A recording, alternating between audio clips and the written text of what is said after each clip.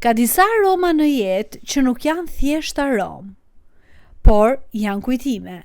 Janë rrugë të padukshme që na çojnë në përkohë. Aroma e bukës së sapo pjekur, aroma e tokës pas shiut, aroma e ftohtë e dhomës së gjumit në mëngjesin e parë të verës. Dhe pastaj, mbi të gjitha, është aroma e trëndafilit. Aromë që nuk pyet, aromë që nuk kërkon leje, aromë që të kap nga dora dhe të çon tek fëmijëria. Është aroma që të sjell para syve oborin e gjyshes, me pemë qershie anash, një stol të drunjtë të vjetër ku ngjyra ishte zbehur nga dielli, dhe në dritarin që hapet çdo mëngjes, qëndronte një shishe e vogël, e tejdukshme, e mbushur me shurup roz që shkëlqente si rubin në dritën e diellit. Ky shurup si ishte thjesht pije, nuk ishte thjesht një recetë e vjetër, ishte një kod emocional, një arkiv aromash që ruante kujtime të një epoke, të një familjeje, të një gjyshe, të një jete. Dhe sot, ne do të udhëtojmë në për këtë histori të trëndafilit. Do të hymë në magjinë e tij shekullore, në traditat e harruara, në simbolikën që ka mbijetuar shekujve, në shëndetin e jashtëzakonshëm që mbart dhe në mënyrën se si kjo lule thjesht ka krijuar një kulturë të tërë në Ballkan. Përgatitu për një udhëtim aromatik, emocional dhe historik. Trëndafili, lulja që flet me shpirtin dhe kohërat. Trëndafili nuk është lule.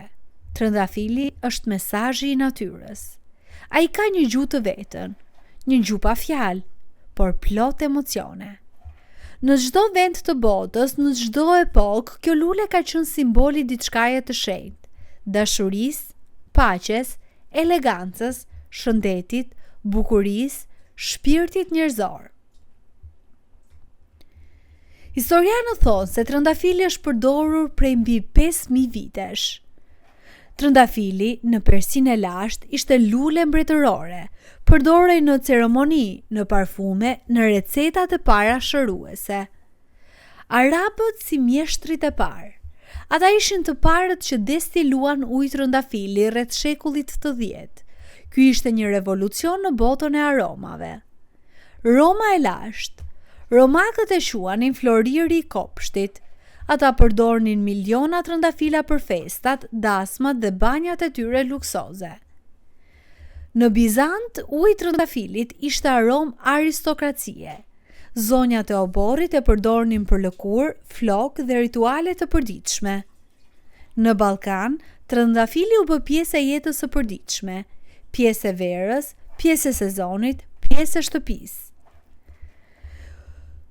Nuk ka shtëpi shqiptare pa trëndafil, jo gjithmonë në buqeta të mëdha, por gjithmonë diku, në një gotë ujë mbi komodinë, në garderobën prej druri, në rrobat e nuses, në festat familjare, në oborret e vjetra, në recetat e stinës së verës. Sepse trëndafili nuk ishte dekor, ishte pjesë e shtëpisë, e identitetit. Shkencëtarët thonë se aroma e trëndafilit ul rrajet e zemrës, qetëson sistemin nervor, ul kortizonin, hormonin e stresit, përmirëson frymëmarrjen dhe rrit qetësinë mendore. Është një lule që komunikon direkt me trurin emocional, në sekonda. Dhe kjo nuk është rastësi. Është histori, është traditë, është natyrë. Në vitet 60, 70, 80, 90, por edhe shumë më parë, shurupi i trëndafilit ishte peja e verës në Shqipëri. Një shenjë stinës, një traditë që pritej me padurim, dhe çdo shtëpi kishte recetën e vet. Gjyshetona nuk ndiqnin orare sipas sahatit, ato ndiqnin në ritmin e natyres. Petalet mblidheshin, herët, shumë herët, para se vesa të thahej, kur aroma ishte më e fortë dhe kur lulja ishte e butë dhe e freskët. Ato i mblidhnin me kujdes si të ishin petale prej ari, sepse për to ishin. Trëndafili ishte pasuria e shtëpisë, ishte aromë, ishte traditë, ishte kujtim. Trëndafili nuk është vetëm aromë, është farmaci natyrore. përmban mbi 300 përbërës aktiv, mes tyre vitamina, minerale, acide natyrale, vajra esencial dhe antioksidant. Është një antistres i fuqishëm. Vetëm duke nuhatur, trupi reagon. Ul stresin, qetëson zemrën, ul tensionin, stabilizon mendjen dhe përmirëson gjumin. Është një nga aromat më terapeutike në botë. Është antioksidant i fortë. Petalet përmbajnë vitamin C, polifenole, antocianina, flavonoide. Këto ndihmojnë kundër plakjes, infeksioneve dhe inflamacionit. Mrekulli për lëkurën. Trëndafili është sekreti i bukurisë së hershme. Qetëson irritimet, ul skuqen, hidraton, freskon, rigjeneron qelizat, mbron nga rrezet ultraviolet dhe pastron butë. Nuk ka rastësi që uji i trëndafilit përdoret në kozmetikën moderne. Gjyshet tona e përdornin shumë më herët. Ndihmon në tretjen. Përdoret për fryrje, gazra, stomak të ndjeshëm, inflamacion të zorrëve. Është shumë i butë dhe i sigurt për të gjithë. Antibakterial natyral. Ndihmon për fytyrën, plagë të vogla, puçra, irritime, infeksione të lehta. Një lule vogël me fuqi të madhe. Sa gra shqiptare kanë përdorur këtë çdo mëngjes. Ndoshta e keni parë, një shishe vogël qelçi në banjo, plot me ujë të zbehtë të roz, që duke si eliksir. Ishte toniku i nënës, i gjyshës, i hallës, pa kimikate, pa parfum artificial, vetëm trëndafili pastër. Do të tregojmë recetën klasike të shurupit të trëndafilit dhe do ta zgjerojmë me çdo detaj që e bën të përsosur. Përbërësit: petalet e 10 trëndafilave, 1 litër ujë, 250 gram sheqer, gjysmë limoni. Macerimi 24 orë. Petalet futen në ujë. Tenxherja mbyllet, lihet 24 orë që të nxjerrë aromën, ngjyrën, vajrat e butë natyral. Më pas vjen ngroja e lehtë me zjarrin e ulët që është sekreti. Nëse lejon të vloj fort, humbet aroma. Sheqeri, krimi i shurupit, tretet ngadalë duke u kthyer në një lëng të butë, aromatik, kristal. Limoni, stabilizimi natyral. Krijon ruajtjen e ngjyrës, përdoret kundër mykut dhe është kundër oksidimit.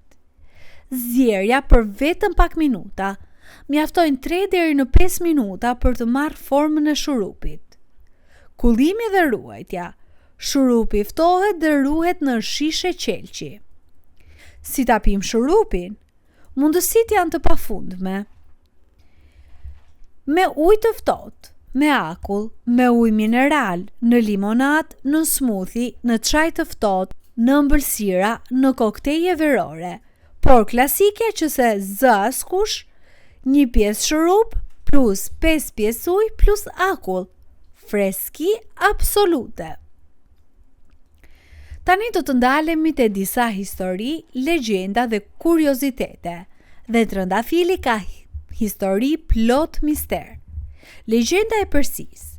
Thuhet se u krijua nga lotët e një mbretëreshe, prandaj aroma e tij ka atë notë të butë melankolie.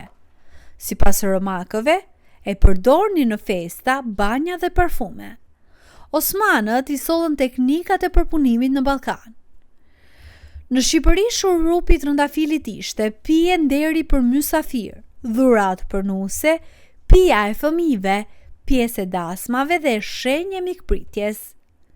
Pse ta konsumoni edhe sot?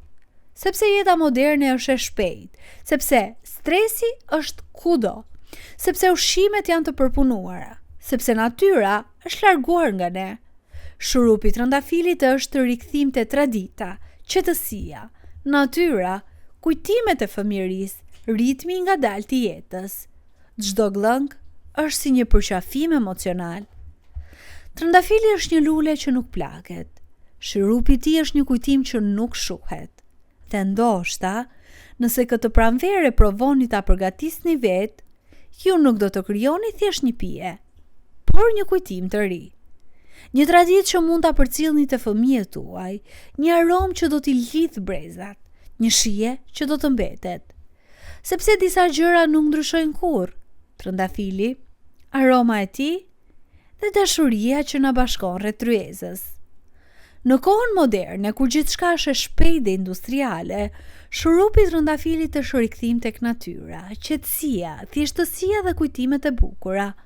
Çdo glënk është një pushim emocional, një frymëmarrje e thellë, një përqafim i ngrohtë që vjen nga kujtime të largëta. Trëndafili është lule e shpirtit. Shurupi i tij është dhuratë e natyrës dhe traditës, një përkujtim se gjërat më të thjeshta shpesh janë më të bukurat. Është një aromë që nuk harrohet, shije që nuk zëvendësohet, një kujtim që nuk shuhet. Nëse nuk e keni provuar ndonjëherë ta përgatisni vetë shurupin e trëndafilit, provoni këtë pranverë, ndoshta jo vetëm që t'ju pëlqej, por edhe do t'ju rikthejë një pjesë e vetes që keni harruar te një kujtim, një aromë, një ndjesi që ju bën të ndjeni sërish fëmijë.